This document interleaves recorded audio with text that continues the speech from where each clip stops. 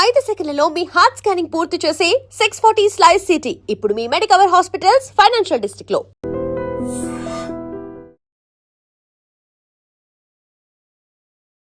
ఇప్పుడు ఇన్స్టాగ్రామ్లో కానీ, సోషల్ మీడియాలో కానీ, ఫేస్బుక్లో కానీ ఎక్కడ చూసుకున్నా సరే ట్రెండ్ ఏంటో తెలుసా? సినిమా పాటలకి లిప్సింకులు కలుపుతూ యాక్ట్ చేయడము, డాన్స్ చేయడము ఇది కాదు ట్రెండ్. ట్రెండ్ నడుస్తున్నదంతా హెల్త్ అవేర్నెస్ గురించి. Any digital platform for that case health గురించి జనాలకి అవగాహన పెరుగుతున్న కాన్సెప్ట్స్ రోజు రోజుకి ఎక్కువ అవుతున్న నేపథ్యంలో ఒక deep health and life style మీద ఒక పాడ్కాస్ట్ చేయాలి అని అనిపించింది. అండ్ పర్ఫెక్ట్ గెస్ట్ మన ఈ సబ్జెక్ట్ గురించి మాట్లాడడానికి మీ అందరికీ ఆల్రెడీ బాగా తెలుసు. హెచ్ఐవి గురించి ఎక్స్టెన్సివ్గా రీసెర్చ్ చేసి 2 డ్రగ్ స్టెప్ ట్రీట్మెంట్ అన్నది ఆయన సృష్టించి ఆయన ఇంట్రడ్యూస్ చేసి ఎందరో పేషెంట్స్కి సక్సెస్ఫుల్గా వైద్యం అందించినటువంటి డాక్టర్ యనమల మురళీకృష్ణ గారు మనతో ఉన్నారు. సార్ నమస్తే. నమస్తే అండి. ఎట్లా ఉన్నారు సార్? ఫైన్ అండి. సార్ హెల్త్ ఇదే నడుస్తోంది ఇప్పుడంతా కూడా. అంటే ఒకప్పటితో పోల్చుకుంటే జనాలకి అవేర్నెస్ పెరిగిందా? సంతోషమే కదా, మంచి విషయమే కదా. ఇన్ఫర్మేషన్ ఆన్ హెల్త్ గురించి డిజిటల్ ప్లాట్ఫామ్స్ మీద వెతుక్కొని మరీ చూస్తున్నారు. రోజు ఏ కషాయాలు తాగాలి, ఏం తినాలి.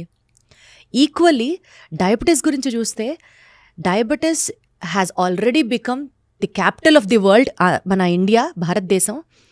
బట్ స్టిల్ అంటే హెల్త్ గురించి అవగాహన పెరుగుతున్నారు, బట్ స్టిల్ హెల్దీ లైఫ్ స్టైల్ని ఫాలో అవ్వట్లేదు. రెండు చాలా డిఫరెంట్ సబ్జెక్ట్స్గా అనిపిస్తున్నాయి. మీరేమంటారు సార్ ఈ ట్రెండ్ గురించి?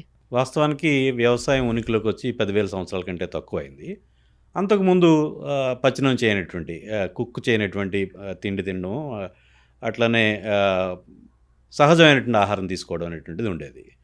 ఎప్పుడైతే వ్యవసాయం ఉనికిలోకి వచ్చిందో అంతకుముందు ఈ ప్రధానమైనటువంటి ఆహార వేట, చేపల వేట, అట్లనే జంతు వేట, ఇది కాస్త కొద్దిగా ఈ నట్స్, తర్వాత ఫ్రూట్స్ ఇట్లాంటివి ఉండేవి. ఎప్పుడైతే వ్యవసాయం ఉనికిలోకి వచ్చిందో ఈ కాయ కష్టం అనేది తగ్గిపోయింది. అట్లనే కార్బోహైడ్రేట్ అనేటువంటిది బాగా పెరిగిపోయింది. మనకి స్టేపుల్ ఫుడ్ ఏది తీసుకున్నప్పుడు కూడా ప్రధాన ఆహారం ఏదైనా, ఒక వరి లేకపోతే గోధుమ, ఇంకేమైనా మిల్లెట్స్, ఇంకేమైనా సరే వీటిలో ప్రధానమైనటువంటిది కార్బోహైడ్రేట్. సో అప్పటి వరకు కొన్ని లక్షల సంవత్సరాలుగా జరుగుతున్నటువంటి మానవ పరిణామంలో ఒక్కసారిగా వ్యవసాయం అనేటువంటిది అంతవరకు ఉన్నటువంటి ఈ ఫుడ్ బ్యాలెన్స్ని మార్చిపడేసింది. ఏదైతే మనకి ఆ రోజు వరకు కార్బోహైడ్రేటు, ఇంకా ఫ్యాటు, ఇంకా కొద్దిపాటి ఈ కార్బోహైడ్రేట్ ఉండేది కాస్త ప్రోటీను, ఫ్యాటు ప్రధానంగా ఉంటూ కొద్దిపాటి కార్బోహైడ్రేట్ ఉండేది. అది కాస్త వ్యవసాయం అయితే ఉనికిలోకి వచ్చిన తర్వాత ప్రధానంగా కార్బోహైడ్రేట్ అనేటువంటిది మేజర్ పార్ట్ తీసుకుంది. మేజర్ చంక్ ఫుడ్, మానవుల యొక్క ఫుడ్లో కార్బోహైడ్రేటు ప్రధానమైనటువంటి పాత్ర అయిపోయింది. ఎప్పుడైతే ఇట్లా వచ్చిందో ఈ ఎవల్యూషన్లో, మానవుని యొక్క పరిణామంలో ఈ కార్బోహైడ్రేట్ని హ్యాండిల్ చేసేంత శక్తి ఇప్పటికీ కూడా మనకి రాలేదు. అందువల్ల ఈ లైఫ్ స్టైల్ డిసీజెస్ అనేటువంటి ఏవైతే మనం ఒక 50 ఏళ్ల క్రితాన్ని ఫోటోలు చూసుకుంటే ఎవరు చబ్బీగా కనపడరు, ఎవరు నిండుగా కనపడరు, అందరూ థిన్గా హెల్దీగా కనపడుతూ ఉంటారు. ఇప్పుడు ఎప్పుడైతే మన ఆహారంలోకి ఎక్కువగా ఈ ప్రాసెస్డ్ ఫుడ్ ఇంకా పరిస్థితిని వర్సం చేసింది. ఏదైతే ఎండోస్పెర్మ్, ఏదైతే మనం బ్రౌన్ రైస్ అంటాం, ఉండేటువంటి ఆ బ్రౌన్ పొరని తీసేసి మనం ఫుడ్ ఇస్తే అది వెంటనే శరీరంలోకి ఈ కార్బోహైడ్రేట్ రిలీజ్ అయిపోతుంది. దాని మూలంగా కూడా ఈ ఇన్సులిన్ రెసిస్టెన్స్ అవి వచ్చేయటం మొదలెట్టింది. దీనివల్ల ఇప్పుడు లైఫ్ స్టైల్ డిసీజెస్ అనేటువంటి ఇవి ఏవైతే క్యాన్సర్లో, లేకపోతే రక్తపోటు, డయాబెటీస్, లేకపోతే ఊబకాయం, ఇంకా ఇలాంటివి గుండెపోట్లు, ఇవన్నీ కూడా ఈ రకంగా వచ్చేసినాయి. సో మానవుని యొక్క పరిణామ క్రమం నెమ్మదిగా జరిగేది, లక్షల సంవత్సరాల పాటు, వేల సంవత్సరాల పాటు జరిగేది కాస్త ఒక్కసారిగా మానవుని యొక్క ఆహారంలోకి వ్యవసాయం ఉనికిలోకి వచ్చిన తర్వాత ఈ కార్బోహైడ్రేట్ రావడంతో ఉల్టా అయిపోయింది. ఇది ప్రధానమైనటువంటిది ఇది అన్నమాట. సార్, బేసికల్గా డయాబెటీస్ అనేది ఓవర్ నైట్ వచ్చేది కాదు. Over a period of time ఇప్పుడు మనం కూడా ప్రీ డయాబెటిక్ టెస్ట్లను కూడా చేస్తున్నారు. ప్రీ డయాబెటిక్ రేంజ్ ఇంత ఉంది అని అంటే బహుశా వీళ్ళకి ఫ్యూచర్లో డయాబెటీస్ వస్తుంది కాబట్టి జాగ్రత్త పడాలి అని ఒక హింట్ కూడా ఇస్తున్నారు డాక్టర్స్. ఈ నేపథ్యంలో ఎంతకాలం ముందు నుంచి డయాబెటీస్ మన బాడీలో రావడానికి ప్రిపేర్ అవుతూ ఉంటుంది సార్? సుమారుగా మనం ఎంత టైం అని చూసుకోవచ్చు? దీన్ని ఇంకో రకంగా అర్థం చేసుకోవాలి. దీన్నే ఇన్సులిన్ రెసిస్టెన్స్ అంటాం. ఇన్సులిన్ అనేటువంటిది మనిషి యొక్క శరీరంలో దాదాపుగా ఒక 25-30 యూనిట్ల ఇన్సులిన్ మనం ఏదైతే వాడుతూ ఉంటామో అంత ఈ మేరకు రిలీజ్ అవుతూ ఉంటుంది. ఇది ఫుడ్ ఛాలెంజ్ని బట్టి ఏదైతే కార్బోహైడ్రేట్ ఎక్కువగా ఉన్నప్పుడు ఎక్కువ ఇన్సులిన్ రిలీజ్ కావడం, అట్లనే ఫ్యాట్ లాంటి కంటెంట్ ఉన్నప్పుడు దాదాపుగా లేకపోవడం, కొంచెం ప్రోటీన్ ఉన్నప్పుడు కొద్దిపాటి మినిమల్ ఇన్సులిన్ రిలీజ్ కావడం జరుగుతుంది. ఎప్పుడైతే ఫుడ్ని డంప్ చేయడం మొదలెట్టామో అది కూడా మనం సహజమైన జీవితం కాకుండా ప్రకృతిలో దొరికేటువంటి ఆకులలములో లేకపోతే పండ్లు లేకపోతే ఈ ధాన్యాలు ఎలా ఉన్నదో అలా కాకుండా మనం పూర్తిగా పాలిష్ చేసి దాన్ని రకరకాల ప్రాసెస్ చేసి ఇంకా తొందరగా రుచిని పొందడానికి గాను అక్కడ మనకి శారీరక శ్రమ బయటికి కనపడేది, లోపల అంతర్గతంగా జీర్ణ వ్యవస్థ పడే కష్టాన్ని కూడా లేకుండా చేసి డైరెక్ట్గా చేసేస్తున్నాం. శారీరక శ్రమ లేకపోవడం వల్ల మనకి ఊబకాయం ఎట్లా పెరుగుతుందో శరీరంలో అట్లా అంతర్గతంగా మనకి ఈ డైరెక్ట్గా రీఫైన్డ్ కార్బోహైడ్రేట్ అందడం వల్ల శరీర అంతర్గత అవయవాలు ఏవైతే లివరు లేదా ఈ ప్యాంక్రియాస్ అనేటువంటి వాటికి పని లేకుండా పోతుంది. అది ఎప్పుడు అనేటువంటిది వాళ్ళ యొక్క తిండి మీద ఆధారపడి ఉంటుంది. సో 50 ఏళ్లలో ప్రీ డయాబెటీస్ గుర్తుపెడితే అది చాలా కాలం పడుతుంది. ఎందుకంటే ఆయన అంతవరకు ఆ వ్యక్తి హెల్దీ లైఫ్ స్టైల్ లీడ్ చేస్తున్నట్టుగానే near healthy lifestyle lead చేస్తున్నట్టు. అట్లా కాకుండా చిన్న వయసులోనే ఒక 20స్లో లేట్ 20స్లోనే గుర్తించాం అనుకుందాం. వాళ్ళ అన్హెల్దీగా ఏదైతే జంక్ ఫుడ్, ప్రాసెస్డ్ ఫుడ్, అట్లనే రీఫైన్డ్ కార్బోహైడ్రేట్స్ బాగా అంటే తీసుకుంటున్నారని నేను ఈ అర్థం. క్వశ్చన్ ఎందుకు అడుగుతున్నానంటే సార్, ఇప్పుడు సపోజ్ ఫర్ ఎగ్జాంపుల్ ఒక 25 to 30 ఏజ్ గ్రూప్లో ఉన్న వాళ్ళు ఉన్నారు అనుకుందాం. ఇప్పుడు అంటే ఆ ఏజ్ గ్రూప్లో కూడా మనం డయాబెటీస్ ఎక్స్పెక్ట్ చేయొచ్చు, కానీ జనరల్గా మాట్లాడితే ఒక 25 to 30 ఏజ్ గ్రూప్లో ఉన్న వాళ్ళకి because of unhealthy life style వల్ల వాళ్ళు బాడీలో షుగర్స్ అక్యూములేట్ చేసుకోవడం స్టార్ట్ చేసి they are on the verge of diabetes అని అనుకున్నప్పుడు, డయాబెటీస్ వచ్చాక రివర్సల్ కన్నా మేబీ ప్రీ డయాబెటీస్ స్టేజ్లో ఉన్నప్పుడు వాళ్ళు హెల్దీ లైఫ్ స్టైల్ మెయింటైన్ చేస్తే అసలు డయాబెటీస్ రాకుండా ఉంటుందిగా. అట్లా ఎక్స్పెక్ట్ చేయొచ్చా? అట్లా డెఫినెట్గా ప్రికాషన్గా తీసుకోవచ్చు. అసలు ప్రీ డయాబెటీసే కాదు, డయాబెటీస్ని రివర్స్ చేయొచ్చు అనేటువంటిది ఇటీవల కాలంలో రుజువైనటువంటి విషయాలు. బ్రిటన్కి చెందినటువంటి రాయ్ టేలర్ మెడిసిన్ ప్రొఫెసర్, ఆయన ఏం చేశారంటే ఎవరైతే ఈ డయాబెటిక్ పేషెంట్స్ ఉన్నారో వాళ్ళలో 11 మంది పేషెంట్లు తీసుకుని వాళ్ళకి సివియర్ క్యాలరీ రెస్ట్రిక్షన్ చేశారు, అట్లానే కార్బోహైడ్రేట్ని ఎలిమినేట్ చేశారు. వాళ్ళకి ఒక 8 వారాలు ఈ రకమైన కేవలం తిండి మార్పు చేయడం మూలంగా వాళ్ళు అందరూ ఇంచుమించుగా డయాబెటీస్ రివర్స్ అయింది వాళ్ళకి. సో Wonderful, వాళ్ళకి sir. ఇన్సులిన్ అవసరం లేకుండా పోయింది, అట్లానే మెడికేషన్స్ కూడా అవసరం లేకుండా పోయింది. అంటే సార్, ఒకప్పుడు పేరెంట్స్కి డయాబెటీస్ ఉన్నా లేకపోతే ఫ్యామిలీ ట్రీలో డయాబెటీస్ రన్ అయినా జెనెటికల్గా పిల్లలకి రావడానికి కూడా ఆస్కారం ఉంది అని అనుకునేవాళ్ళు. కానీ ఇవాళ రోజున maybe because of the improper food or improper life style or because of the stress ఏది తీసుకున్నా సరే ఎవరికి డయాబెటీస్ వస్తుందో కూడా ఎక్స్పెక్ట్ చేయలేకుండా ఉన్నాం మనం. సో డయాబెటీస్ వీళ్ళకి వస్తుంది, జాగ్రత్త పడాలి అనే సిమ్టమ్స్ మనకేమైనా అర్థమవుతాయా సార్? ఇప్పుడు మనం వంశపారంపర్యంగా జెనెటికల్గా లేకపోతే వాళ్ళ కుటుంబ జన్యువుల వల్ల వస్తుంది అనేటువంటిది చాలా తక్కువ శాతం. ఏదైతే ఈ ప్రాక్టీస్ మూలంగా వాళ్ళు చేసేటువంటి పనుల మూలంగానే వాళ్ళు తినే తిండి మూలంగానే వచ్చేటువంటిది ఇప్పుడైతే అది ప్రభావమే కనిపిస్తున్న ట్రెండ్ అత్యధికం. అది కరెక్ట్. దాదాపు 90% వాళ్ళు తినే తిండి మూలంగా వస్తూ ఉంటుంది. సో మనం ప్రిడిక్ట్ చేయక్కర్లేదు వీళ్ళ ఇంట్లో గుండెపోటు వచ్చి చనిపోయారు లేకపోతే వీళ్ళ ఇంట్లో డయాబెటీస్ వచ్చిందంటే వాళ్ళ హెల్దీ లైఫ్ స్టైల్ అని కనుక వాళ్ళ పిల్లలు అనుసరించగలిగితే వాటి నుంచి ఖచ్చితంగా తప్పించుకునే అవకాశం ఉంది. జెనెటిక్గా వచ్చేటువంటి అవకాశం ఉన్నప్పుడు కూడా మనం ఈ పరిసరాల్లో మనం తీసుకునేటువంటి ఆహారం ద్వారా ఇతరేతర అలవాట్ల ద్వారా శారీరక శ్రమ, అట్లనే తగినంత స్ట్రెస్ ఫ్రీ లైఫ్, అట్లా తగినంత నిద్ర, ఇలాంటి వాటిని అన్నింటినీ కూడా చక్కగా మెయింటైన్ చేయగలిగితే వాళ్ళకి డయాబెటీస్ లేకపోతే గుండెపోట్ల నుంచి ఒక రక్షణ పాయింట్ ఉంటుంది. అప్రిషియేట్ చేసే విషయం సార్, ఇప్పటి జనరేషన్లో స్మార్ట్ వాచెస్ అంటున్నారు, స్మార్ట్ రింగ్స్ అంటున్నారు, రోజుకి 10,000 అడుగులు వేస్తే డయాబెటీస్ నుంచి దూరంగా ఉండొచ్చు అంటున్నారు, ఇట్లా ఏవేంటంటే చెప్తున్నారు. Smart gadgets involvement in health, me comment ఏంటి సార్? ఇప్పుడు ఈ గ్యాడ్జెట్స్ వీటన్నింటికంటే కూడా ముఖ్యంగా వాళ్ళు వీలైనంత ప్రకృతి సఖ్యమైనటువంటి జీవితం గడపాలి. ఏదైతే గతంలో పెద్దగా పచ్చనం చేయకుండానో లేకపోతే పెద్దగా ప్రాసెస్ చేయకుండా తిండి తింటూ ఉండేవారు, అలాంటి తిండి తినాలి. అట్లనే ఏది గతంలో ఇన్ని రకాలైనటువంటి ఉపకరణాలు లేవు. ఇన్ని రకాల ఉపకరణాలు లేకపోవడం మూలంగా ఒక శారీరక శ్రమ అంటూ ఉండేది. అది గృహోపకరణాలు కానివ్వచ్చు, లేకపోతే మనకి ఎంప్లాయ్మెంట్లో కానివ్వచ్చు, లేకపోతే దూరం వెళ్ళి జాబ్ చేయాల్సి వచ్చినా మనం వేరే రకంగా వెళ్ళాల్సి వచ్చేది. సో శారీరక శ్రమ అనేటువంటి చేయటం, అట్లానే ఆ ప్రకృతి సఖ్యంగా ఏదైతే సహజమైనటువంటి ఫుడ్ని వీలైనంత తక్కువ ప్రాసెసింగ్తో తీసుకోవడం మూలంగా ఇలాంటి వాటికి మనం దూరంగా ఉండొచ్చు. సార్ యాక్చువల్గా ఫుడ్ అవాయిడ్ చేయాలి, డయాబెటీస్ రాకుండా ఉండాలి అంటే, పోనీ అన్హెల్దీ ఫుడ్ అవాయిడ్ చేయాలి అంటే ఫస్ట్ వైట్స్ అన్నీ అవాయిడ్ చేసేయమన్నారు. అంటే ఉప్పు తగ్గించాలి, మైదా తగ్గించాలి, షుగర్ తగ్గించాలి, ఇట్లా వైట్స్ అన్నీ అవాయిడ్ చేయమన్నారు. దాని తర్వాత ఫ్రైడ్ ఫుడ్స్ అవాయిడ్ చేయమన్నారు. దాని తర్వాత అంటే మనం చూసుకుంటూ వెళ్తే ఇప్పుడు ఇంటర్నెట్లో మనకు అవైలబుల్ అయిన ఫుడ్స్, డైట్స్, హెల్దీ డైట్ అని కొడితే మనకు బోల్డ్ లిస్ట్ వస్తుంది కదా sir. To be very honest, నాకు అనిపించేది ఏంటంటే ఈ ఫుడ్స్ ఆరోగ్యానికి చాలా మంచిది, రైట్, అందరం ఒప్పుకుంటాం. కానీ మై క్వశ్చన్ ఇస్, ప్రాక్టికల్గా అది అసలు పాసిబులా సార్? రోజు ఉప్పు లేని ఫుడ్ తినడం, రోజు ఇట్లా తినాలి అని అంటే, కొన్ని రోజులు మంచి ఉప్పు మీద ఉన్నప్పుడు కరెక్ట్ యాక్సెప్ట్ చేస్తాం, అట్లాగే ఫాలో అవుతాం. కానీ ప్రతిరోజు అవే తినాలి అని అంటే వాస్తవానికి కుదురుతుందా? ఇంట్లోంచి బయటికి వెళ్తే junk foods, fast foods, road మీద ఫుల్ టెంప్టింగ్ ఫుడ్స్ కనిపిస్తూ ఉన్న టైంలో ఒక రోజు పొద్దు నుంచి సాయంత్రం వరకు ఆఫీస్కి వెళ్ళి స్ట్రెస్ అయినప్పుడు, రాత్రికి ఏదైనా తినాలి అని అనిపించినప్పుడే ఎక్కడ చూసుకున్నా సరే there are many points of food deliverables easily available.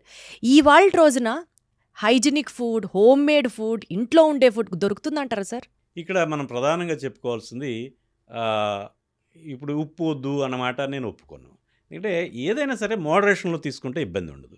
ఇంకొకటి ప్రధానంగా మనం చేసేటువంటి పెద్ద తప్పు ఏంటంటే ఆహారం తీసుకునే విషయంలో మనం ఏదైనా సరే ఒక కార్బోహైడ్రేట్, ఒక కేక్ తింటాం ఫుల్ ఆఫ్ కార్బ్, లేకపోతే ఒక బ్రెడ్ తింటాం ఫుల్ ఆఫ్ కార్బ్. వీటిని ఏమంటామంటే మనం what we call naked carbs అంటాం. అట్లా కాకుండా వాటితో పాటు ఒక ప్రోటీన్. నిజానికి వెస్ట్రన్ కంట్రీస్లో మనకంటే ఎక్కువ స్థూలకాయం ఉన్నప్పుడు కూడా వాళ్ళలో డయాబెటీస్ కొంచెం తక్కువగా ఉంటుంది మనలో పోలిస్తే. అంటే ఆ స్థాయిలో స్థూలకాయం ఉన్న వాళ్ళలో మన సమాజంలో, భారతీయ సమాజంలో దాదాపుగా మనకి వాళ్ళు డయాబెటిక్ అని లేకపోతే హైపర్ టెన్షన్ ఉందని చెప్పేయచ్చు. కానీ వాళ్ళు అలా ఉండరు. ఎందుకంటే వాళ్ళు తినే తిండిలో వాళ్ళు ప్రొద్దుటే తీసుకుంటే ఏదో ఎగ్ ఆమ్లెటో లేకపోతే ఇంకా వాటితో పాటు తింటారు. అంటే నేకెడ్ కార్బ్ అనేటువంటిది వాళ్ళు తీసుకోరు. మనం ఇక్కడ ఏంటంటే ఇంత అన్నం పెట్టుకుంటాం, దాంట్లో ఇంత చారు వేసుకుంటాం, లేకపోతే ఏదో ఒక పోపు అది పెట్టుకుంటాం, ఏ బెండకాయో లేకపోతే బీరకాయ లాంటిది. ఈ మొత్తంలో కార్బోహైడ్రేట్ తప్ప ఇంకా లేదా పీచు పదార్థం ఉంది ఇంకా మహా అయితే. ఇంకేముంది దాంట్లోని? కనీసం ప్రోటీన్ అనేటువంటిది దాదాపు మన యాబ్సెంట్ అవుతుంది. ప్రోటీన్ అనేటువంటిది మనిషికి కిలోకి 1 గ్రాము పైన మనం తినాల్సిన అవసరం ఉంది ప్రతిరోజు. సో అది టోటల్ ప్రోటీన్, లోపలికి వెళ్ళాల్సిన ప్రోటీన్, గుడ్ ప్రోటీన్ అంటున్నాను. యాంటీ డయాబెటిక్ డైట్ సజెస్ట్ చేయమంటే ఏం చెప్తారు మురళీకృష్ణ గారు? అట్లా ఏమైనా ఉంటుందా అసలు? యాంటీ డయాబెటిక్ డైట్ అంటే అలా అనేం కాదు. పూర్తిగా వాళ్ళు ఆరోగ్యకరమైన జీవితం, ఏదైతే లెస్ ప్రాసెస్డ్, ఒక సపోజ్ బియ్యం ఉంది, మనం ఇవాళ అంతా శుభ్రంగా మల్లె పువ్వులాగా తెల్లటివి అన్నం తినడం అలవాటు. ఏదైతే దాని మీద ఉండేటువంటి బ్రౌన్ పొరని తీసేసి మర పట్టించి బాగా తినడం అలవాటు. ఎప్పుడైతే దాని మీద ఆ బ్రౌన్ పొర ఉందో శరీరం దాన్ని హ్యాండిల్ చేయడానికి చాలా టైం పడుతుంది, దాన్ని బ్రేక్ చేయడానికి, ఆ ఫైబర్ని బ్రేక్ చేయడానికి. సో ఆ కాంప్లెక్స్ ఫైబర్ని బ్రేక్ చేయడానికి. అట్లాంటి పరిస్థితుల్లో అది దానికి టైం ఉంటుంది. ఆ టైంలో బాడీ కెన్ హ్యాండిల్ ఇట్. అట్లా కాకుండా ఎప్పుడైతే ఈ పొరను తీసేసి తెల్లటి బియ్యం ఇస్తున్నామో, లేదా మైదా అంటే మరీ దారుణమైన పరిస్థితి, పూర్తిగా మరీ ఇంకా కార్బని లేదా పంచదార, ఈ బెల్లం కూడా పంచదార కంటే మెరుగైంది అయితే కాదు. ఏవేవో చెప్తూ ఉంటారు, బెల్లం వల్ల దాంట్లో ఐరన్ వస్తుంది, మనం ఏదైతే పంచదార అవాయిడ్ చేయొచ్చు కానీ బెల్లం తినచ్చు, అది ఒక మిత్, అది అపోహ. అట్లా ఏం లేదు. ఏదైతే దాంట్లో ఒక సల్ఫరో లేకపోతే ఐరన్నో లేకపోతే ఇంకా ఏవో మినరల్స్ కలుస్తాయని చెప్తూ ఉంటాం, అవి చాలా ట్రేసెస్. మనకి కనుక మన డైలీ రిక్వైర్మెంట్స్కి మీట్ అవ్వాలంటే ఐరన్, దాంట్లో వచ్చే ఐరన్తో మనం కొన్ని కిలోల బెల్లం తినాల్సి వస్తుంది. అది ఇంప్రాక్టికల్, అసాధ్యం. సో అందువల్ల బెల్లం అన్నా లేకపోతే ఈ షుగర్ అయినప్పుడు కూడా ఈక్వల్. హనీ కూడా అంతే. చాలామందికి హనీ అటువంటిది ఒక ప్రకృతి సిద్ధమైన హనీ కూడా ఏమీ, ఇట్ ఈస్ నో డిఫరెంట్. అన్నీ కూడా కార్బోహైడ్రేట్సే. ఇంకా చెప్పాలంటే నేరుగా ఉండేటువంటి సింపుల్ కార్బోహైడ్రేట్స్, ఏదైతే శరీరం నేరుగా శోషణం చేసుకుని అబ్జార్బ్ చేసుకుని దాన్ని ఒక్కసారిగా షుగర్ పెంచేసే పరిస్థితి ఎట్లా ఉంటుందో అవి సింపుల్ షుగర్స్. అట్లా కాకుండా ఏది తీసుకున్నప్పుడు కూడా కాంప్లెక్స్గా ఉండేటట్టుగా తీసుకోవాలి. ఏదైతే ప్రకృతి సహజంగా ఉండేటువంటి less processed minimally processed food ఏదైతే జస్ట్ ధాన్యాన్ని కాస్త బియ్యం చేస్తే అంటే దంపుడు బియ్యంలాగా చేస్తే చాలు, అలాంటివి తీసుకోగలిగితే.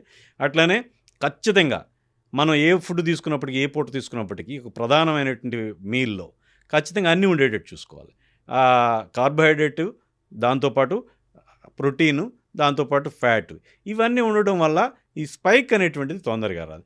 ఎప్పుడైతే స్పైకింగ్ ఉంటుంటుందో షుగర్, అప్పుడు మాత్రమే శరీరం ఫంబుల్ అయిపోయి ఇన్సులిన్ రెసిస్టెన్స్ తొందరగా డెవలప్ అవుతుంది. ఇన్సులిన్ రెసిస్టెన్స్ తక్కువ కాలంలోనే ఏదైతే మనం చెప్తూ ఉంటామో డయాబెటీస్కి దారితీస్తుంది. ముందుగా మనం ఇన్సులిన్ రెసిస్టెన్స్ని గుర్తించుకోవడానికి మెడ మీద అది కూడా నల్లపుగా అవుతూ ఉంటాయి. ఇలాంటివన్నీ కూడా ఇన్సులిన్ రెసిస్టెన్స్. అట్లా నుదురు అది కూడా కొంచెం నల్లగా అవడం, ఇట్లాంటివి చూస్తుంటాం. ఇవన్నీ ఇన్సులిన్ రెసిస్టెన్స్ని సూచిస్తూ ఉంటాయి. సో ఇన్సులిన్ రెసిస్టెన్స్ని ముందే గమనించి మన యొక్క ఆహార విధానాలని మార్చుకొని, ఇది పండ్లు, ఆ పండ్లు కూడా దాంట్లో ఎక్కువ షుగర్ ఉన్నప్పటికీ కూడా అది ఫైబర్ ఎక్కువగా ఉండడం వల్ల శరీరం నెమ్మదిగా ప్రాసెస్ చేస్తుంది. దానివల్ల స్పైక్స్ అనేటువంటి తక్కువగా ఉంటాయి.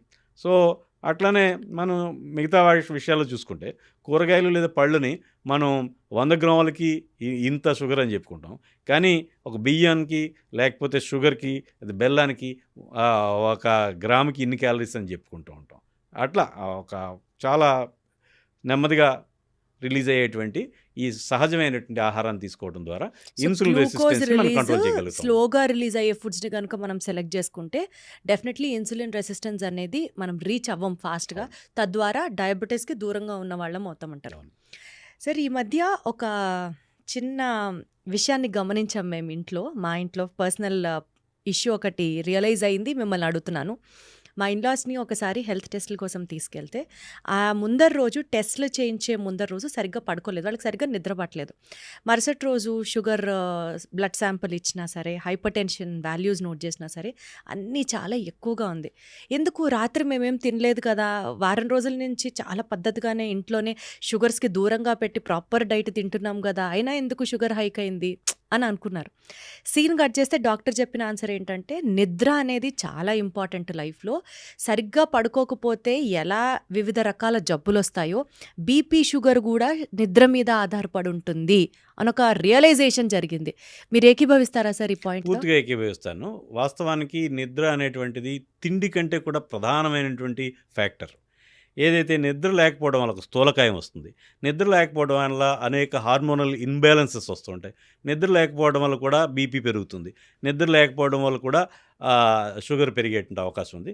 ఖచ్చితంగా నిద్ర అనేటువంటిది మనిషికి ప్రధానమైనటువంటి ఒక ముఖ్యమైనటువంటి సృష్టిలో ఉన్నటువంటి ముఖ్యమైనటువంటిది. మనకి మనిషి లేదా ఏ జీవజాతి అయినా సరే వాటికి ఏవైతే సహజాతాలు అంటాం, బేసిక్ ఇన్స్టింక్ట్స్ 3 ఉంటాయి. ఈ లైంగికత, దాని మూలంగా ఒక జీవజాతి ప్రొపగేట్ అవుతూ ఉంటుంది, కొనసాగుతూ ఉంటుంది. అట్లనే ఆహారం, దాని మూలంగానే జీవజాతి వృద్ధి చెందడం, ఆ జీవి వృద్ధి చెందడం జరుగుతుంది. అంటే నిద్ర, ఏదైతే ఈ తిండి తింటున్నాం లేకపోతే కష్టం వల్ల ఈ డ్యామేజ్ జరుగుతుందో, ఆ డ్యామేజ్ కాస్త రిపేర్ చేసుకునేటువంటి సందర్భం ఇస్తున్నాం మనం శరీరానికి. సో నిద్ర అనేటువంటిది ఈ 3 సహజాతాల్లో ప్రధానమైనది. సో ఈ నిద్ర అనేటువంటిది దాదాపు అన్ని విషయాల మీద, ఆ యొక్క మనిషి బీపీ, షుగరు, లేకపోతే స్థూలకాయం, ఇంకా ఇతరేతర ఇంబ్యాలెన్సెస్, ఈ నిద్ర లేకపోవడం అనేటువంటి చాలా దారుణమైనటువంటి అంశం. కాబట్టి నిద్ర అనేటువంటిది ముఖ్యమైన విషయం. మనం ఇంకొక సింపుల్గా ఒక ఉదాహరణ చెప్పుకుంటాం. ఇప్పుడు మీరు చెప్పినట్టుగా ఒక రాత్రి నిద్ర లేకపోతే పొద్దుటికి బీపీ పెరిగిపోయింది, పొద్దుటికే షుగర్ పెరిగిపోయింది. ఇంకొక విషయం, నిద్ర లేకపోతే ఇమ్యూనిటీ కూడా తగ్గిపోతుంది. ఎస్, ఇప్పుడు మనం చూడండి, ఏదైనా 3-4 రోజుల పాటు ఏదో బయటికి వెళ్ళి తిరిగేసి వచ్చి ఉంటాం, ఏదో ఒక చిన్న టూర్ లాంటిది పెట్టుకుని. అప్పుడు ఇంటికి వచ్చేటప్పటికి వీళ్ళకి జలుబుతో అంటూ ఉంటాం. ఈ జలుబు ఎందుకు వచ్చిందంటే జనం ఏమంటారంటే వాటర్ చేంజ్ వల్ల అంటారు. వాటర్ చేంజ్ కాదు అక్కడ. మనం బాటిల్డ్ వాటర్ తాగినప్పటికి కూడా ఇంటికి వచ్చేటప్పటికి జలుబు అది ఎక్కువ మందులు చేసే అవకాశం ఉంటుంది. దీనికి కారణం ఏంటంటే ఈ తిరగడంలో నిద్ర లేకపోవడం వల్ల ఆ 2-3 రోజుల్లో వాళ్ళ యొక్క ఇమ్యూనిటీ బాగా కింది స్థాయికి వచ్చేస్తుంది. ఎప్పుడైతే ఇమ్యూనిటీ తగ్గిపోయిందో మన చుట్టూ ఉండేటువంటి గాల్లో రకరకాల వైరస్లు ఉన్నాయి, రకరకాల బ్యాక్టీరియా ఉన్నాయి, అట్లనే ఫంగస్ ఉన్నాయి, అట్లనే పారాసైట్స్ ఉన్నాయి.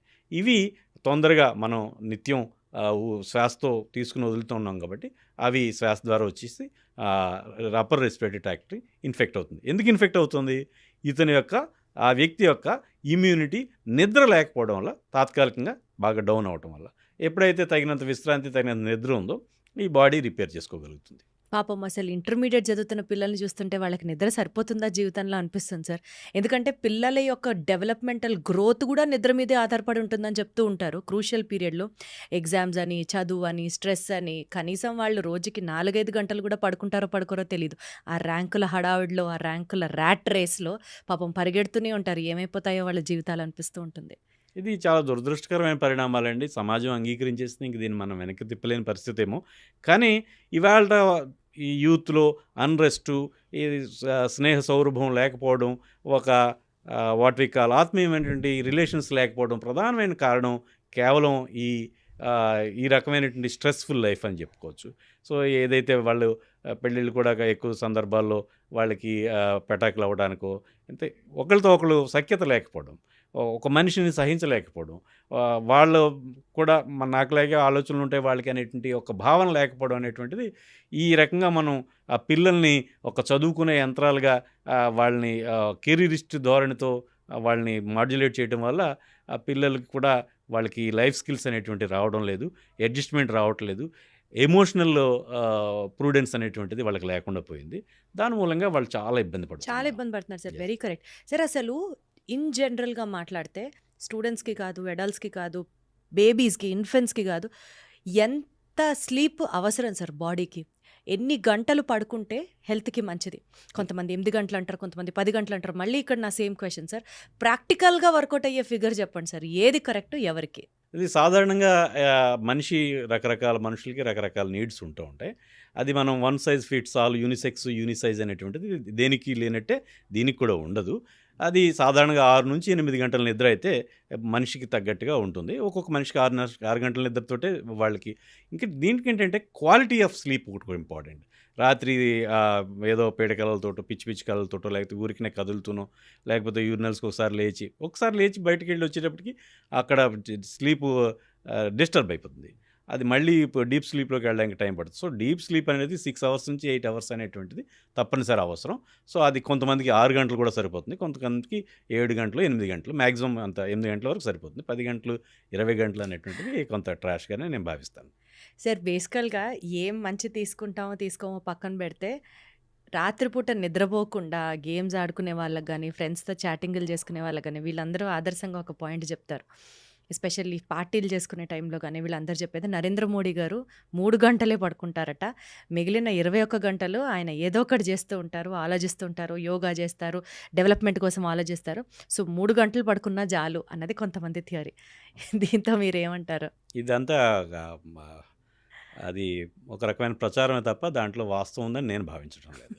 సో 3 గంటలతో మనిషి పూర్తి కాన్సన్ట్రేట్ చేయడం కానీ ఇవన్నీ జరిగే పనులు కాదు. ప్రొడక్టివ్ లైఫ్ అయితే లీడ్ చేయలేం. అఫ్కోర్స్ ఉంటారు, ఎక్సెప్షన్స్ ఉంటారు. ఇది కొంత పిఆర్ విషయంగానే నేను భావిస్తాను. ఈ నిద్ర గురించే మాట్లాడుకుంటున్నాం కాబట్టి సార్, ఇంకొక ఇంపార్టెంట్ పాయింట్, కొంతమందికి నాకు చాలా ఆశ్చర్యంగా అనిపిస్తుంది సార్ ఈ విషయం. ఫోను చూస్తూ ఉంటే స్క్రీన్ లైట్ వల్ల నిద్ర పట్టకుండా ఉంటుంది. అంటే బ్రెయిన్ యాక్టివ్గా ఉండడం వల్ల, మెలనోసైట్స్ అన్నీ ఇంకా యాక్టివ్ అవ్వడం వల్ల నిద్ర పట్టదు. That's a very bad habit, వద్దు అని డాక్టర్స్ చెప్తారు. కొంతమంది దగ్గర దీనికి కంప్లీట్ కాంట్రాస్ట్ స్టేట్మెంట్ వింటూ ఉంటాం, ఫోన్ చూస్తేనే నిద్ర వస్తుంది అంటారు. ఏది కరెక్ట్ సార్? ఫోన్ చూస్తూ అలా నిద్ర వచ్చేస్తుంది, ఫోన్ పక్కన పెట్టి పడుకుంటాము అని అంటారు. But that's actually a very bad habit అని డాక్టర్స్ అంటారు. వీటి రెండిట్లో కరెక్ట్ ఏది సార్? ఇప్పుడు మనిషి డయర్నల్, రాత్రి పగలు వేరియేషన్స్లో 2 హార్మోన్స్ ఉంటాయి. ఒకటి వైటమిన్ డి, అది పగలు యాక్టివ్గా ఉండేటువంటి హార్మోను. అంటే రెండోది హార్మోన్ ఏంటంటే మెలటోనిన్ అనేటువంటిది రాత్రి రిలీజ్ అవుతుంటుంది. మెలటోనిన్ మన మానవ పరిణామ క్రమంలో సాయంత్రం అయ్యేటప్పటికి అతను రెస్ట్కి వెళ్ళిపోవాలి, లేకపోతే క్రూర జంతువుల లేకపోతే ఈ సరీసృపాలు, ఈ పాములు ఇలాంటి వాటి వల్ల ఇబ్బంది ఎదురవుతుంది అనేటువంటి ఇలాంటి ఈ యొక్క హెచ్చరిక కోసం ఇట్లాగా సాయంత్రం అవగానే మెలటోనిన్ విడుదల కావడం, అట్లానే అతను నిద్రకి వెళ్ళటం అనేటువంటిది జరుగుతుంది. సో ఖచ్చితంగా మెలటోనిన్ విడుదల కావడానికి ఈ చీకటి పడడం అనేటువంటిది ముఖ్యమైనది. ఎప్పుడైతే వెలుగుని మనం కన్ను ఇంకా పెర్సీవ్ చేస్తూ ఉన్నాయో అప్పుడు ఈ మెలటోనిన్ రిలీజ్ అనేటువంటిది సప్రెస్ అయిపోతుంది, ఆగిపోతుంది. దాని మూలంగా నిద్ర పడడం అనేటువంటిది లేట్ అవుతుంది. మెలటోనిన్ ప్రొడ్యూస్ అయితే నిద్ర పడుతుందా? అవునండి. మెలటోనిన్ ప్రొడ్యూస్ అవ్వకపోతే వాళ్ళకి నిద్ర, అందుకనే వాళ్ళకి సరిగ్గా నిద్ర పట్టదు అన్నది నడుస్తుందా? అవునండి. ఇంకా దీంతో పాటు అనేక విషయాలు ఉంటాయి. మెలటోనిన్ రిలీజ్కి ఒకటి సాయంత్రం అవగానే వీలైనంత తక్కువ లైట్లో ఉండటం, ఎక్కువగా లైట్లు అనేటువంటి ట్యూబ్ లైట్లు కాకుండా చిన్న లైట్లు తక్కువ వాట్స్ తోటి ఉండేటువంటి లైట్లు పెట్టుకోవడం. అట్లనే ఇంకా కొన్ని సప్లిమెంట్స్ ఖచ్చితంగా పనిచేస్తాయి. మన తినే తిండిలో మెగ్నీషియం అనేటువంటిది చాలా తక్కువ అందుతూ ఉంటుంది. మెగ్నీషియం సప్లిమెంట్స్ వల్ల కూడా చక్కటి నిద్ర పడేటువంటి అవకాశం ఉంది. మెగ్నీషియం మనకి ఈ అరటిపళ్ళల్లో వాటిలో కూడా మెగ్నీషియం ఉంటుంది. కొంతమంది అరటిపండు తొక్కతో కూడా తింటే కూడా బాగుంటుందని చెప్తూ ఉంటారు. ఎస్, ఐ డూ అగ్రీ, అది కూడా ఒప్పుకుంటారు. తినగలిగితే మంచిదే. సో కనీసం ఆ లోపల ఉండేటువంటి పొరనైనా తొక్క మొత్తం బయట ఉండేటువంటి నీలం అది ఆకుపచ్చదో లేకపోతే పసుపు రంగుతో కాకుండా కనీసం లోపల ఉండే తెల్లటి పొరతో అయినా తినగలిగితే బాగుంటుంది. సో ఈ సప్లిమెంట్స్ అట్లానే సాయంత్రం కాగానే ఈ లైట్లు అది ఆర్పేసుకుని ఈ స్క్రీన్ టైం అనేది కూడా దాదాపు ముగించేసుకోవాలి. అట్లాంటప్పుడు మాత్రమే మన నిద్ర పట్టేటువంటి అవకాశం ఉంది. తర్వాత అలజడులన్నీ వదులుకోవాలి. వీలైనంత వరకు ఏమీ అయిపోదు.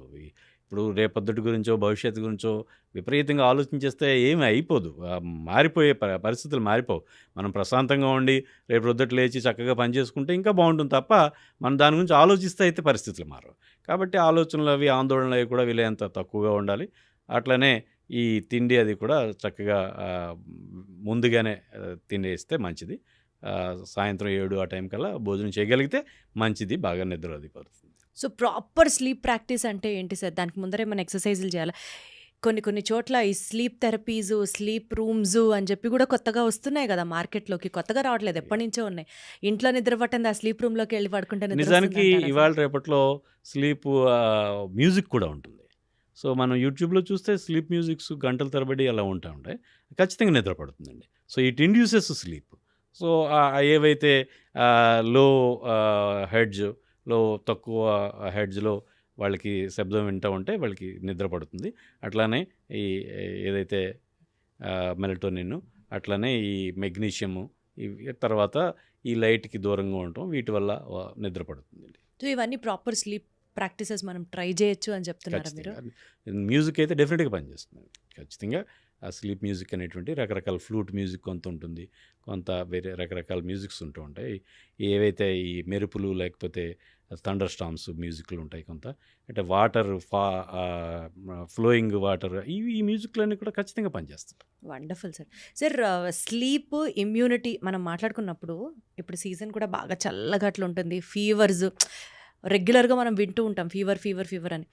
ప్రతిసారి ప్రతి ఫీవర్కి డాక్టర్ దగ్గరికి వెళ్ళకపోవచ్చు. అందరికీ తెలిసిన ఒక కామన్ పాయింట్ ఏంటంటే ఓ పారాసెటమాల్ వేసుకుంటే జ్వరం తగ్గిపోతుంది, ఓ క్రోసిన్ 650 వేస్తే బాడీ పెయిన్స్ తగ్గిపోతాయి. ఓ 2-3 రోజులు, 4-5 రోజులు, మహా అయితే ఓ వారం రోజులు వేసిన సందర్భాలు కూడా మనం వింటూ ఉంటాం. అది అజ్ఞానం వల్ల కావచ్చు, maybe because they don't have proper knowledge towards medical system, ఏమన్నా కావచ్చు. పారాసెటమాల్ వేస్తే జ్వరం నిజంగా తగ్గిపోతుందా సార్? లేదా టెంపరీగా తగ్గుతుంది, దాన్నే మనం తగ్గింది అని భావిస్తున్నామా? Is it really safe practice? అసలు జ్వరం అనేటువంటిది మనిషి యొక్క శరీరానికి హాని జరుగుతున్నప్పుడు శరీరం స్పందించి విడుదల చేసేటటువంటి కొన్ని కెమికల్ మీడియేటర్స్ వల్ల టెంపరేచర్ అనేది పెరుగుతుంది. జ్వరం అనేటువంటిది ఒక రక్షణ ప్రక్రియ. అది జ్వరం అనేటువంటిది దాని అంతటా అదే జబ్బు కాదు. ఒక ఇన్ఫెక్షను లేదా రకరకాల అనేక సమస్యల వల్ల, క్యాన్సర్లో కూడా జ్వరాలు వస్తాయి, హెచ్ఐవిలో కూడా జ్వరాలు వస్తాయి, లేకపోతే ఏ మలేరియా జ్వరమో ఫైరల్ మనకు తెలీదు. ఈ జ్వరం అనేటువంటిది మనం దేనివల్ల వస్తుందని తెలియదు. మనం మన చుట్టూ ఉన్నటువంటి ఈ బ్యాక్టీరియా, వైరస్, ఫంగై, అట్లనే ఈ పారాసైట్స్ ఏవైతే ఉన్నాయో ఇవన్నీ కూడా శరీరం మీద దాడి చేస్తూ నిరంతరం శరీరానికి, మనిషి యొక్క శరీరానికి ఈ ప్యాథోజన్స్ ఏవైతే వ్యాధికారక బ్యాక్టీరియా ఉన్నాయో, వ్యాధిని కలగజేసే బ్యాక్టీరియా, వైరస్ ఇలాంటివి చాలా తక్కువ సంఖ్య.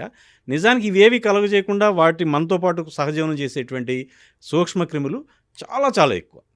సో నిజానికి జ్వరం వచ్చి ఈ ఏదైతే ఈ మనిషి సఫర్ అవ్వడం, లేకపోతే తర్వాత ఏదో డెంగ్యూయో, లేకపోతే మలేరియా, లేకపోతే ఇంకేదైనా రెస్పిరేటరీ న్యూమోనియా, లేకపోతే ఇలాంటి అనుకోవడం అనేటువంటిది చాలా తక్కువ. చాలా ఎక్కువగా కోవర్ట్గా ఉంటాయి. ఏవైతే ఓవర్ట్గా బయటికి లక్షణాలు బయటపడి, లేకపోతే ఎక్కువ కాలం బాధపడి మనం ఇన్ఫెక్షన్ ఎస్టాబ్లిష్ అయ్యి దాన్ని ట్రీట్ చేయాల్సిన పరిస్థితి ఉండేటువంటివి చాలా తక్కువ. అనేకమైనటువంటి ఇన్ఫెక్షన్లు మన శరీరం హ్యాండిల్ చేసేసి దాన్ని సప్రెస్ చేసేస్తూ ఉంటుంది. అప్పుడే మనకి జ్వరంగా బయటపడుతుంది. ఎప్పుడైతే ఈ జ్వరంగా బయటపడుతుందో మనం దానికి సంబంధించి ఈ వంటి వేడిని తగ్గించడానికి, ఏదైతే నుదురు చూస్తేనో చేతులు పట్టుకుంటేనో వంటి వేడిని తగ్గించడానికి పారాసిటమాల్ వేస్తూ ఉంటాం ఎక్కువ మంది. మనం శరీరం యొక్క స్పందనను మనం సప్రెస్ చేసేస్తాం. దీని మూలంగా అది అన్ని రకాలుగా ఏ రకమైనటువంటి సందేహాలు లేకుండా పారాసిటమాల్ లేదా ఏదైతే యాంటీపైరెటిక్ వాడకం అనేటువంటిది కొద్దిపాటి ఉపశమనం, కొద్దిపాటి సౌకర్యం ఇస్తే తప్ప దాని మూలంగా ఈ వ్యాధి యొక్క పరిస్థితి తగ్గడం అనేటువంటిది లేదు, జరగదు. ఎస్. ఇప్పుడు ఏదైతే పారాసిటమాల్ ఇచ్చామో అప్పుడు శరీరంలో ఉన్నటువంటి రక్తనాళాలు వ్యాకోచించి చెమటల రూపంలో బయటపడి ఎక్కువగా శరీర ఉష్ణోగ్రత అనేటువంటిది తగ్గిపోతుంది. సో ఇటువంటి పరిస్థితుల్లో ఎప్పుడైతే ఈ రక్తనాళాలు వ్యాకోచించినాయో ఇక్కడ రెండు జరుగుతాయి. మీరు చూడండి, ఏదో పారాసిటమాల్ వేసుకున్న తర్వాత జ్వరం వచ్చిన తర్వాత ఎక్కువ మందికి నీరసం అనేటువంటిది జ్వరం వల్ల కాదు, ఈ పారాసిటమాల్ వేసుకోవడం వల్ల వాళ్ళలో బీపీ తగ్గిపోతుంది, వాళ్ళలో విపరీతమైన నిస్సత్తు వస్తుంది. సో చాలామంది చూడండి పడిపోతుంటారు, కళ్ళు తిరుగుతున్నాయి, లేకపోతే జ్వరం వచ్చింది ఏదో పారాసిటమాల్ వేసుకున్నారు, కళ్ళు తిరిగి పడిపోతారు. ఈ పడిపోవడం అనేటువంటిది కేవలం ఈ పారాసిటమాల్ వేసుకోవడం వల్ల రక్తనాళాలు వ్యాకోచించడం వల్ల బీపీ పడిపోతుంది. బీపీ పడిపోవడం వల్ల ఈ పేషెంట్ పైకి లేచినప్పుడు కళ్ళు తిరగడం, పడుకున్నప్పుడు ఏమి ఇబ్బంది ఉండదు, అది బీపీ పర్వాలేదు తక్కువ ఉన్నప్పటికీ. ఎప్పుడైతే మనం కూర్చున్నారో లేదా నించున్నారో వాళ్ళు కళ్ళు తిరిగి పడిపోవడం జరుగుతుంది. సో ఎప్పుడైతే ఈ రకంగా మనం వేలు పెట్టి ఆ ప్రకృతి సహజంగా మనిషి యొక్క సహజమైనటువంటి ముందుకు వెళ్ళేటువంటి ఈ వ్యాధి నిరోధక వ్యవస్థలో మనం చేయి పెట్టి కలగజేసుకున్నామో అప్పుడు ఖచ్చితంగా అది వ్యాధికి సంబంధించి ఇంకా వర్సన్ అవుతుంది తప్ప చెడు అవుతుంది తప్ప అది మంచిది కాదు. ఇంకా కొన్ని ఇప్పుడు ఈ విషయాలు కొత్త తరాలకు ఎవరికి తెలియదు. నేను ఈ మధ్య ఒక చోట చదివాను, పాల్ ఓఫిట్ అని చెప్పేసి డాక్టర్ గారు, ఆయన ప్రొఫెసరు, అమెరికాలో. ఆయన వాళ్ళ వ్యాక్సిన్ అడ్వైజరీ బోర్డు పీడియాట్రిక్, ఆయన బుక్ రాశారు ఈ మధ్యకాలంలో, ఓవర్ కిల్లింగ్ అని చెప్పేసి, where medical profession has gone too far అని చెప్పేసి అంటే చెప్తాడు ఆయన. సో చాలా కాలం క్రితం 1940s 50s అనుకుంటా, నాకు గుర్తులేదు. అక్కడ వాళ్ళు ఒక కేసు రిపోర్ట్ చెప్తారు. ఒక పేషెంట్, ఒక అమ్మాయికి విపరీతమైన ఫీవర్తో చేస్తున్నారు. అప్పటికి అందుబాటులో ఉన్నటువంటి అన్ని యాంటీబయాటిక్స్ వాడుతూ ఉన్నారు, అయినా ఫీవర్ వస్తూనే ఉంది. యాంటీబయాటిక్ ఇస్తున్నారు వాళ్ళకి. అప్పట్లో ఎప్పుడు 40s 50s అనుకుందాం. అవి ఇస్తున్నప్పుడు కూడా ఎంతకీ జ్వరం తగ్గట్లేదు. జ్వరం వస్తూ ఉంది, వాళ్ళు పారాసిటమాల్, అప్పుడు యాస్పిరిన్ అలాంటివి లేకపోతే ఇలాంటిది ఏదో ఇస్తూనే ఉన్నారు. అమ్మాయి జ్వరం తగ్గుతుంది, మళ్ళీ మర్నాడు వస్తుంది. ఇంక కంటిన్యూస్గా జ్వరం రావడం, వాళ్ళు ఏదో ఇచ్చుకోవడం, జ్వరం రావడం ఇచ్చుకోవడం. సో నాలాంటి ఒక డాక్టర్ ఏం చేశారంటే, స్టాప్ యాంటీపైరెటిక్, ఇది జ్వర నివారణ ఏదైతే ఉందో అంటే ఉష్ణోగ్రత తగ్గించేటుంటుందో అది ఆపండి అని చెప్పారు. So patient recovered. బాగా సివియర్ ఇన్ఫెక్షన్లో కూడా ఈ యాంటీబయాటిక్ ఇస్తూ ఈ యాంటీపైరెటిక్ ఇవ్వడం వల్ల వాళ్ళకి ఉపయోగం లేదు. యాంటీబయాటిక్ ఆఫ్ చేసి యాంటీబయాటిక్ ఒకటే కంటిన్యూ చేసినప్పుడు పేషెంట్ రికవర్ అయ్యాడు. సో ఇలాంటి ఎనెక్డోట్స్ అనేకమైన దృష్టాంతాలు ఉన్నాయి. అయినప్పటికీ కూడా మనకేంటంటే క్విక్ ఫిక్స్ కావాలి. మనకి ఒళ్ళు వేడిగా ఉందంటే ఒక టాబ్లెట్ వేసుకొని మన పనికి వెళ్ళిపోవాలి, ఏదో ఒకటి చేసేయాలి. సో అది అయితే పారాసెటమాల్ లేదా యాంటీపైరెటిక్ ఉపయోగం లేదా అంటే ఖచ్చితంగా ఉంది. బాగా పిల్లల్లో 5 ఏళ్ళు కొంచెం అటు ఇటు పిల్లలు లేదా పసిపిల్లలు 1 year ఆడపిల్లలు, వాళ్ళకి జ్వరం వచ్చినప్పుడు ఖచ్చితంగా జ్వరం తగ్గించాలి. అది పారాసిటమాల్ లాంటివో లేకపోతే ఏదో బ్రూఫెనో ఇలాంటిది ఏదైనా వేసి ఖచ్చితంగా తగ్గించాలి, నిమ్స్లేయడం మరోటో ఇంకోటం. ఎందుకంటే వాళ్ళలో సీజర్స్ వస్తాయి, ఫిట్స్ వస్తాయి, టెంపరేచర్ బాగా ఎక్కువైనప్పుడు. సో అలాంటి వాళ్ళకి ఒకటి తడిగుడ్డుతో తొడవడం, అప్పటికి కూడా తగ్గకపోతే ఖచ్చితంగా పారాసిటమాల్ లాంటివి ఖచ్చితంగా వాడాల్సినట్టు అవసరం. పెద్దవాళ్ళు అయితే మాత్రం పారాసిటమాల్ వాడకం అనేటువంటిది నేను I'm against that. You're against that. కానీ ఈ పారాసిటమాల్ అనేది సార్ ఎలా అయిపోయిందంటే సేఫ్ డ్రగ్, ఎవరైనా వాడచ్చు, కిడ్నీ టాక్సిక్ కాదు, ఇలా ప్రచారం జరిగే కొద్దీ అసలు ఎన్ని పారాసెటమాల్స్ పర్ డే తీసుకుంటే అది కిడ్నీ టాక్సిక్ అవ్వదు? పారాసెటమాల్ అనేటువంటి కిడ్నీ టాక్సిటీ లేదండి, కానీ లివర్ టాక్సిటీ ఉంది. అచ్చా. పారాసెటమాల్ ఒక 20 మాత్రలు తీసుకుంటే లివర్ చాలా వాళ్ళకి బిలిరూబిన్ బాగా పెరిగిపోయి లివర్ డ్యామేజ్ అవుతుంది. సో అంటే నెమ్మదిగా అంటే తీసుకుంటే దేర్ వేరు, ఇస్ నో ఒకసారి safe drug at all. Drug అనేటువంటిది whether it is a drug or poison, it is the dose that determines. So డోస్ను బట్టి మనం అది మంచి మందా లేకపోతే ఔషధమా లేకపోతే విషమా అనేటువంటిది నిర్ణయిస్తాం. సో పారాసెటమాల్ కూడా ఎక్కువ డోస్ తీసుకుంటే ఖచ్చితంగా లివర్ డ్యామేజ్ జరుగుతుంది, వాళ్ళకి జాండీస్ వచ్చేటువంటి అవకాశం ఉంది. విన్నారు కదా. సో జ్వరం వచ్చి రాగానే ఒక పారాసెటమాల్ వేసేస్తే పని అయిపోతుంది అని ఆలోచించద్దు, దానికి కూడా ఒక లిమిటేషన్ ఉంది. సో పారాసెటమాల్ ఎక్కువ వేసుకుంటే మేబీ కిడ్నీ టాక్సిక్ కాదు అని చాలా హ్యాపీ ఫీల్ అవ్వచ్చు, బట్ సార్ చెప్పినట్లు it is liver toxic. So be very careful about it. Sir ఈ నేపథ్యంలో మాట్లాడితే మందు ఇందాక మీరు అన్నారు ఏదైనా డోస్ ఒక మోతాదుకి మించితే అది పాయిజనే అని. ఈ నేపథ్యంలో సార్ వ్యాక్సిన్స్ ఇప్పుడు చిన్నప్పుడు మాత్రమే వ్యాక్సిన్స్ చిన్నపిల్లలకి మాత్రమే ఉండేవి, కానీ ఇవాళ రోజున ప్రతి దానికి ఫ్లూకి వ్యాక్సిన్ ఉంది, క్యాన్సర్కి వ్యాక్సిన్ రీసెంట్గా రష్యాలో డెవలప్ చేశారు, దాని గురించి మనం డీటెయిల్గా మాట్లాడుకుందాం. బట్ వ్యాక్సిన్ ఓవరాల్ అన్న bigger picture if you have to talk, ఇప్పుడు షీజర్స్కి వ్యాక్సిన్ ఉంది, ప్రతి దానికి వ్యాక్సిన్ వ్యాక్సిన్ వ్యాక్సిన్ వ్యాక్సిన్. ఈ కోవిడ్ తర్వాత వ్యాక్సిన్ అనేది ఎంత కామన్ అయిపోయిందంటే అమ్మ బాబోయ్ ఎందుకు వచ్చిన భయం, ముందరే వేసేస్తే వ్యాక్సిన్ మనం సేఫ్గా ఉంటాం కదా. ఆఖరికి డిసెంట్రీకి కూడా వ్యాక్సిన్ ఉంది అని ఈ మధ్య తెలుసుకున్నాను సార్ నేను. అలా వ్యాక్సిన్ దేనికి లేదు అన్నది ఆలోచిస్తే ప్రాబబుల్లీ ఏం లేదేమో కూడా. ఇంత వ్యాక్సినేషన్ మంచిదే అంటారా సార్? అంటే నేను మోడర్న్ మెడిసిన్లో క్వాలిఫైడ్ డాక్టర్గా వాళ్ళు చెప్పేది వ్యాక్సిన్స్ అనేటువంటివి ఖచ్చితంగా చాలా తక్కువ ఖర్చుతోటి తక్కువ శ్రమతోటి ప్రొటెక్షన్ ఇస్తుంది. చాలా వరకు వ్యాక్సిన్స్ రక్షణ ఇస్తూ ఉంటాయి. So we can go for all kinds of vaccines which are it available. Depends అండి. ఇప్పుడు ఉదాహరణకి కొన్ని వ్యాక్సిన్స్ ఏవో హెర్పిస్ అలాంటి వాటికి, సర్పీ అలాంటి వాటికి వ్యాక్సిన్స్ ఉన్నాయి, that cost a lot. But అది అందరికీ రొటీన్గా వచ్చే జబ్బు కాదు. ఎవరైతే ఇమ్యూనిటీ తక్కువగా ఉందో, ఎవరికైతే ఒక షుగర్ ఉందో, ఎవరికైతే ఇతర జబ్బులు ఉన్నాయి, లైక్ ఒక డయాలసిస్ లాంటిది జరుగుతుంది, లేకపోతే ఒక ట్రాన్స్ప్లాంట్ జరిగింది, ఇలాంటి వాళ్ళకి అలాంటి హెల్త్ కండిషన్ స్ట్రీనెస్గా ఉన్న వాళ్ళకి ఆలోచించవచ్చు సార్. నేను దీర్ఘకాలిక వ్యాధులు ఉన్న వాళ్ళకి ట్యూబర్క్లోసిస్కి వ్యాక్సిన్ ఉంది, న్యూమోనియాకి వ్యాక్సిన్ ఉంది, షిజిల్స్కి వ్యాక్సిన్ ఉంది. అసలు ఇంకా వ్యాక్సిన్ లేనిదేంటి సార్? ప్రతిదీ ఫ్లూకి వ్యాక్సిన్ ఉంది, సీజన్ మారుతోంది, జలుబులు జ్వరాలు వస్తున్నాయంటే ఫ్లూకి వ్యాక్సిన్. ఇక్కడ మనం మరో మాట చెప్పుకోవాలి. ఇప్పుడు దాదాపు మనం అందరూ చిన్నప్పుడు అందరూ కూడా ఈ బీసీజీ వ్యాక్సిన్ తీసుకునేవాళ్ళే. బీసీజీ వ్యాక్సిన్ అనేటువంటిది క్షయకి మనం ఇస్తున్నాం, కానీ మనం దేశంలో చూసుకుంటే 80 లక్షల మంది క్షయ వ్యాధిగ్రస్తులు ఉన్నారు. సో ఈ no vaccine is completely totally protective. So అది పూర్తిగా ఇచ్చేస్తుందని చెప్పలేము. సో అది రిస్క్ అయితే తగ్గిస్తుంది. అంటే సార్ అందరూ అనుకుంటున్నట్టు డాక్టర్స్ అడ్వర్టైజ్ చేయడానికో లేకపోతే దాన్ని కొంచెం కమర్షియలైజ్ చేయడానికో ఇన్ని వ్యాక్సిన్స్ మార్కెట్లోకి తీసుకొస్తున్నారు అని చూడకుండా ఇది నిజంగా ఒక సేఫ్ ప్రాసెసే, వ్యాక్సిన్ వేయించుకోవడం వల్ల మనకి మంచిదే అన్న ఒపీనియన్లో ఉండాలా? అంటే ఇప్పుడు కొన్ని వ్యాక్సిన్స్ ఉంటాయండి, లైక్ అంటే పేరు పెట్టి చెప్పేయకూడదు, కొన్ని వ్యాక్సిన్స్ ఒక 15,000 రూపాయల వ్యాక్సిన్ డోసు అది చెప్తూ ఉంటారు. నిజానికి అంత అది కాస్ట్ ఎఫెక్టివ్ అనేటువంటిది నేను చూస్తాను. దాని ట్రీట్మెంట్ 3,000 కంటే తక్కువ అవుతుంది ఒకవేళ వస్తే కదా. ఎక్కువ మంది పేషెంట్లకి వచ్చినప్పుడు కూడా దానికి సీక్వెల్ ఏమి ఉండవు, పెద్ద దుష్పరిణామాలు ఏమి ఉండవు.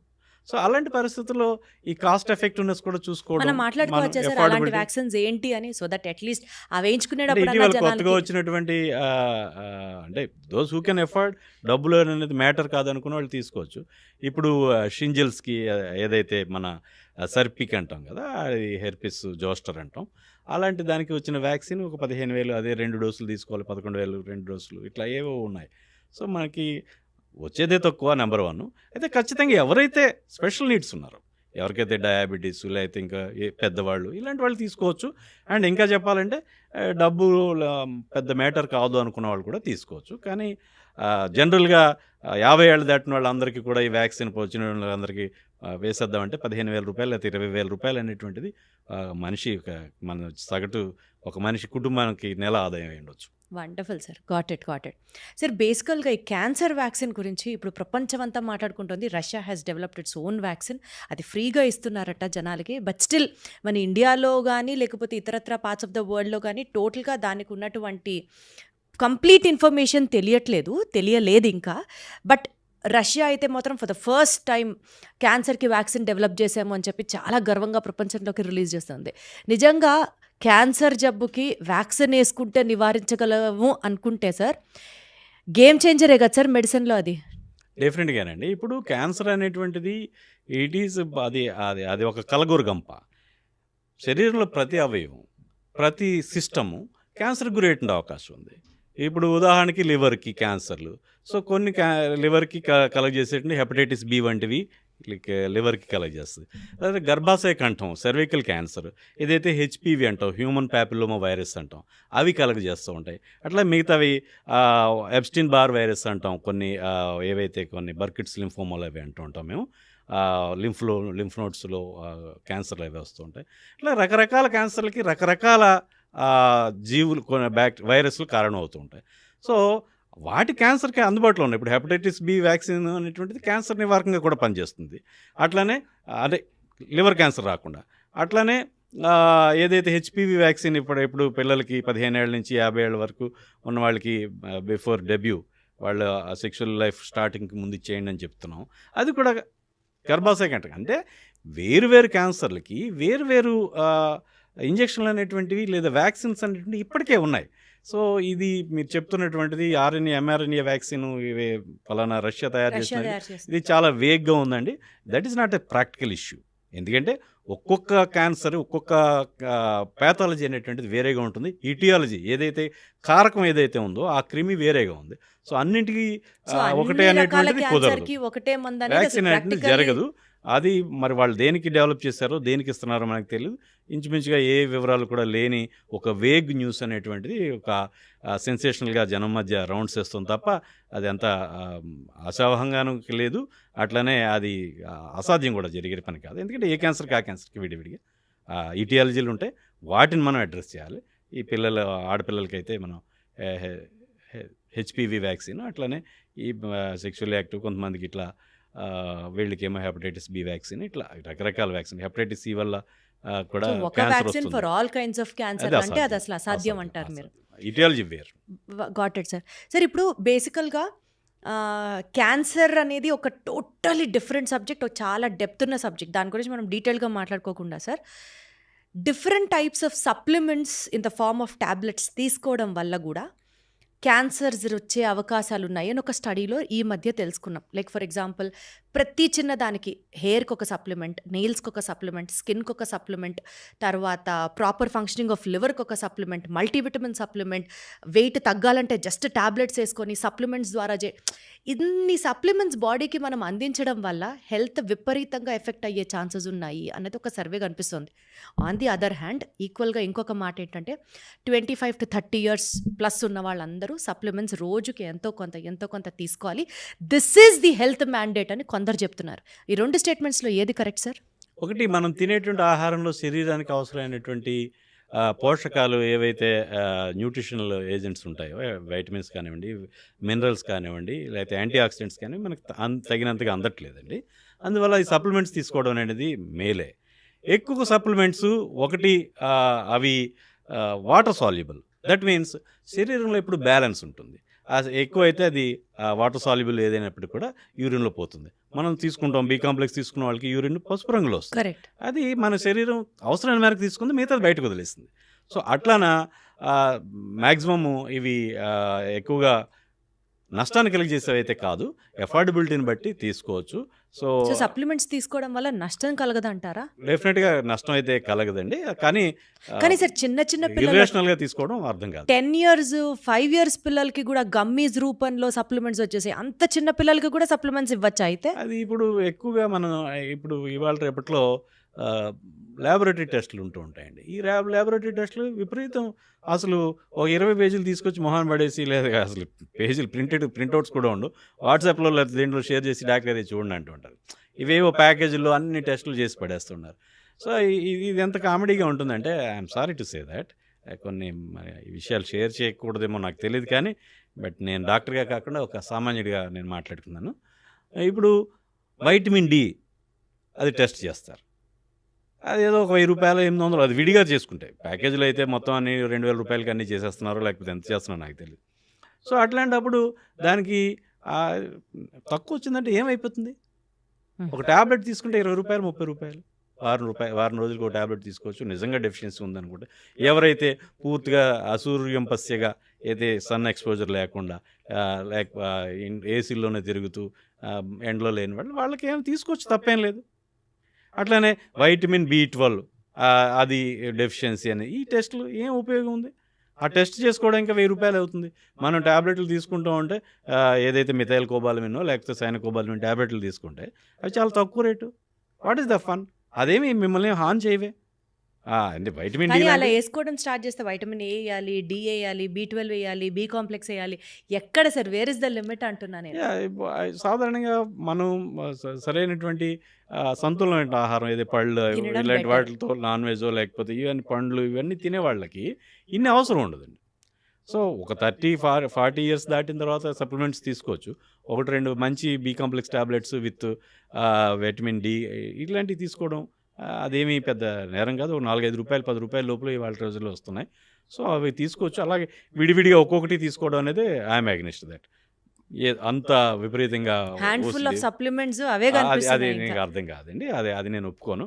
ఎందుకంటే కొంతమందికి ఏదో జుత్తు తక్కువగా ఉందని చెప్పేసి బయోటిన్ తీసుకోవడం ఆకలికి ఆ, కొలాజిన్ కో సప్లిమెంట్, కెరాటిన్ కో సప్లిమెంట్. అవన్నీ కూడా కొంచెం బ్యూటీ కాన్షియస్నెస్ ఉన్న వాళ్ళకి అది చేస్తూ ఉంటారు తప్ప ఇట్ ఈస్ నాట్ అందరికీ అలా ఏం కాదండి. సహజంగా మనుషుల్ని బేసిక్ యాక్సెప్ట్ చేయాలి సప్లిమెంట్స్ మనం. తీసుకోవాలి అని అంటే ఏం చెప్తారు సార్? ఇవి తీసుకుంటే చాలు అని అంటే ఉన్నాయంటే ఏం చెప్తారు? వైటమిన్ డి ఏ తీసుకోవచ్చండి, వారానికి ఒక రోజు తీసుకోవచ్చు డి లాంటివి. అట్లానే వైటమిన్ బి కాంప్లెక్స్ రోజు తీసుకున్నా ఏం పర్వాలేదు. ఓ 30-40 ఏళ్ళు దాటిన వాళ్ళు రోజు తీసుకోవచ్చు. సో ఫైనల్గా సార్, కొత్త సంవత్సరంలోకి వచ్చేసాం. అసలు ఫస్టే నేను మిమ్మల్ని విష్ చేయాలి, బట్ ప్రోగ్రామ్ అయ్యేసరికి విష్ చేస్తున్నాను. Wish you very happy new year sir. ఈ న్యూ ఇయర్లో ప్రాపర్గా హెల్త్ బాగుండాలి అంటూ ఒక డిటర్మినేషన్తో ఒక రెజల్యూషన్ తీసుకున్న వాళ్ళకి మంచిగా ఒక 3 హెల్దీ ప్రాక్టీసెస్, హెల్దీ టిప్స్ చెప్పండి sir for a healthy life style. దాంతో ఈ వీడియోని కంక్లూడ్ చేద్దాం మనం. And for more videos, Please subscribe to iDream. Please subscribe to iDream. Please subscribe iDream. And please subscribe to iDream. For more videos, subscribe to iDream. please like, share, and subscribe to the channel. Congratulations, iDream. subscribe to iDream.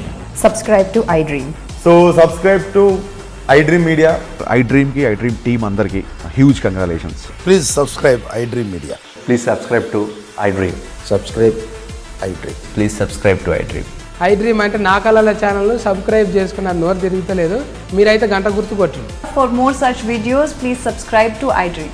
Subscribe to iDream. Please subscribe to iDream. Please subscribe iDream Media. Please do subscribe to iDream. Please subscribe to iDream Media. For best entertainment and information, please subscribe iDream. And don't forget to subscribe to iDream.